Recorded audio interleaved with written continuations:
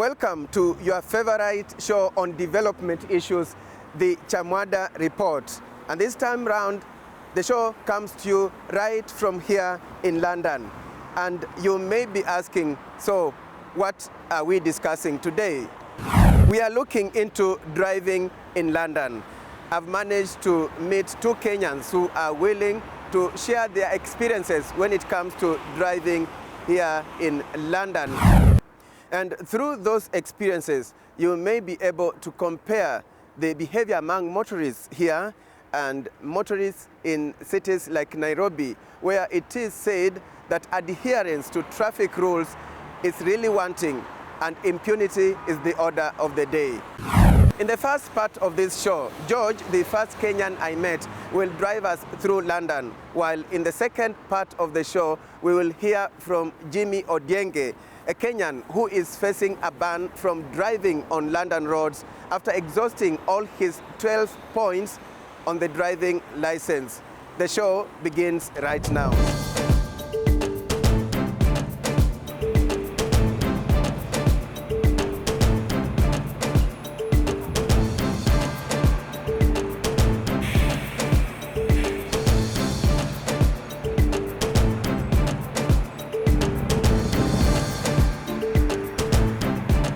Here in London, it can be costly to drive due to high parking charges, congestion charges, and generally penalties that may come with traffic offenses. So many people would rather use the public transport system, which has been described as being reliable, affordable, and efficient.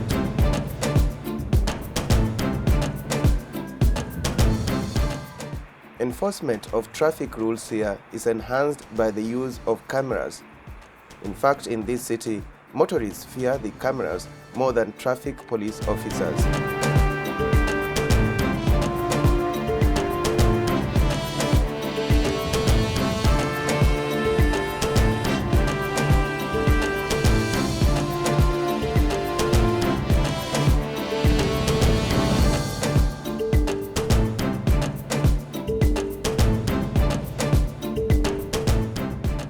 Now in London, that yellow box means a lot. It helps in avoiding congestion. Now, these traffic lights, yes, it may give you the green light, that is green for you to proceed, but you can't proceed until it's clear. The law is you should never be found in that box. If you are found in that box, that is a penalty, because it means stopping in that box, you will be blocking other vehicles that could have had a chance to pass.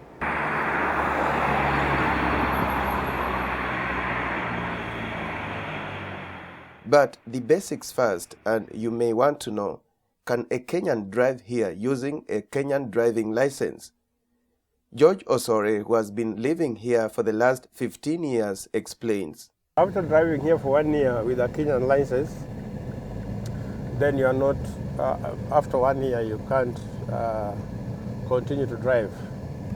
But I think they have changed that policy in the last two years. If you are coming from Kenya, before you get to the road, you must train afresh, because coming from the problems that these people have observed from foreign drivers, even drivers from Europe, some countries are going through the same system like people from the third world, like Kenya.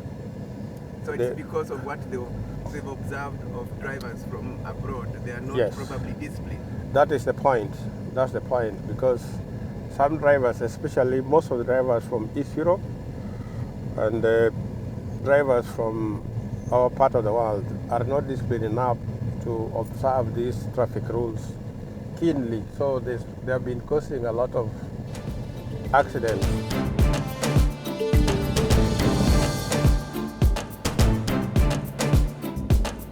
You will rarely encounter police officers on the road, he says, and all will be smooth as long as one is disciplined on the road and road signs are pretty clear.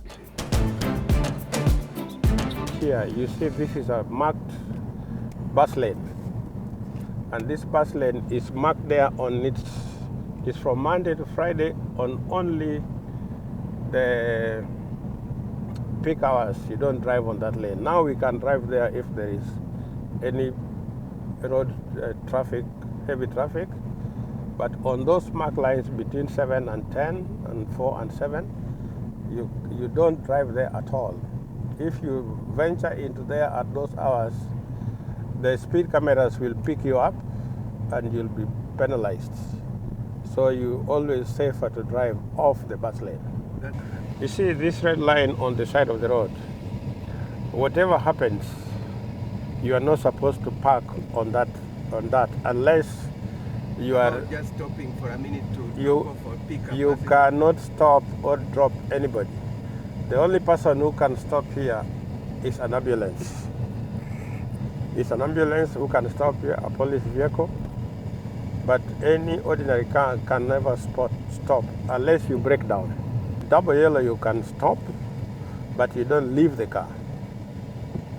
As the driver, you remain in the car. Yeah, the person getting out can get out, but you don't leave the car at any time if you're double yellow.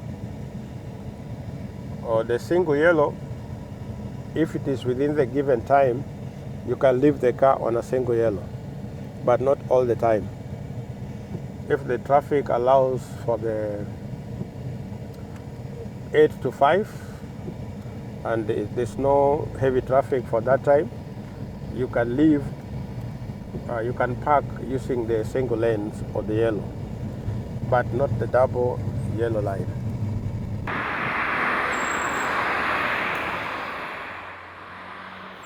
Now onto the cost that comes with driving in the central business district, or what is known here as the congestion zone.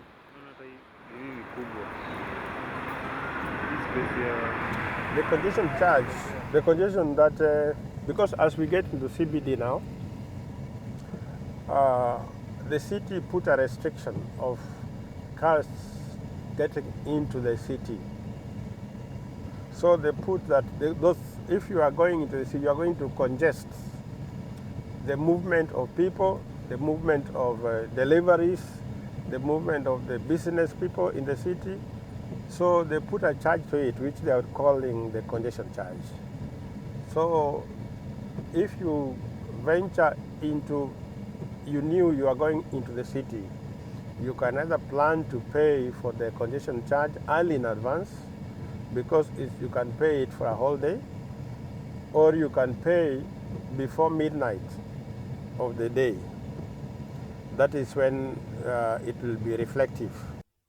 A motorist has to part with £15 or about 2,000 Kenya shillings, failure to which you will eventually have to pay a penalty of about £120 or the equivalent of about 17,500 shillings on top of the congestion charge, meaning the total cost of failure to pay the congestion charge is about 20,000 Kenya shillings.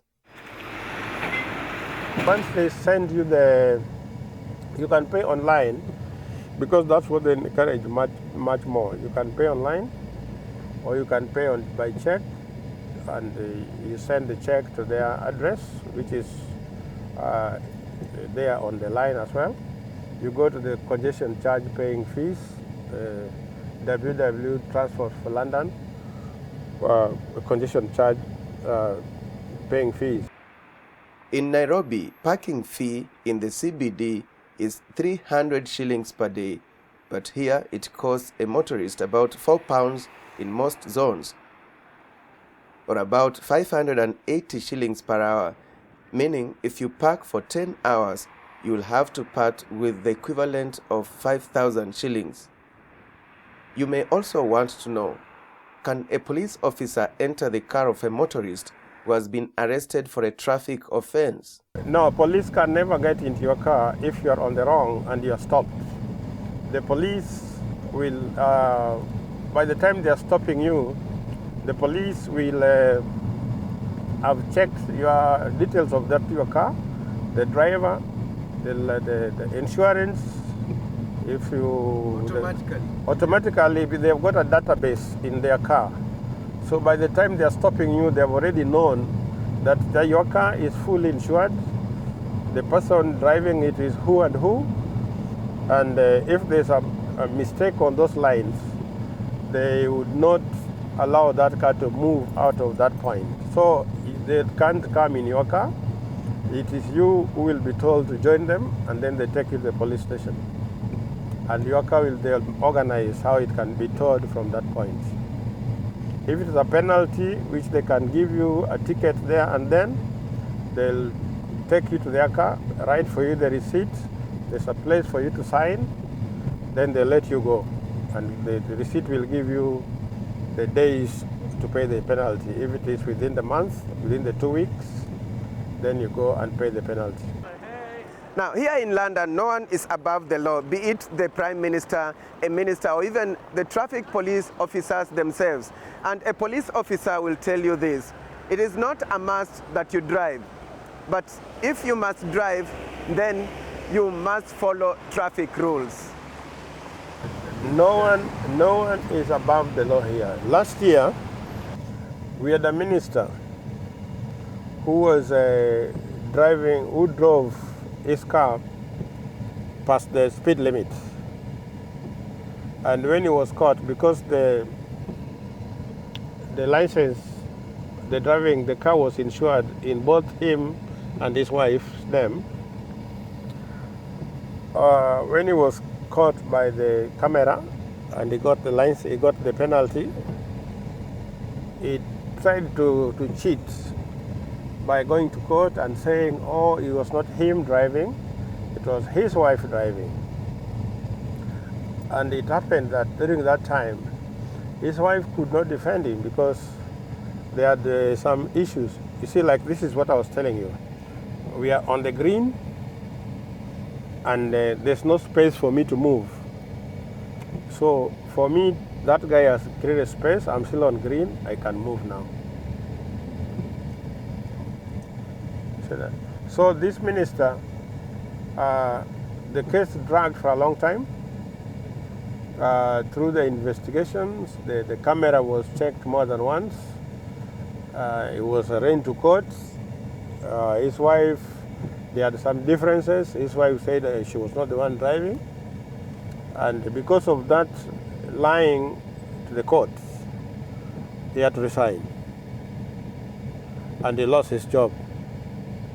He was a minister for housing here, and you can see the repercussions of what traffic offense can cause to anybody.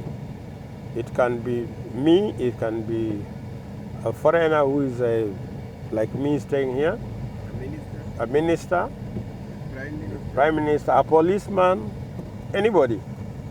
The law is not segregated to a class or to some given individuals.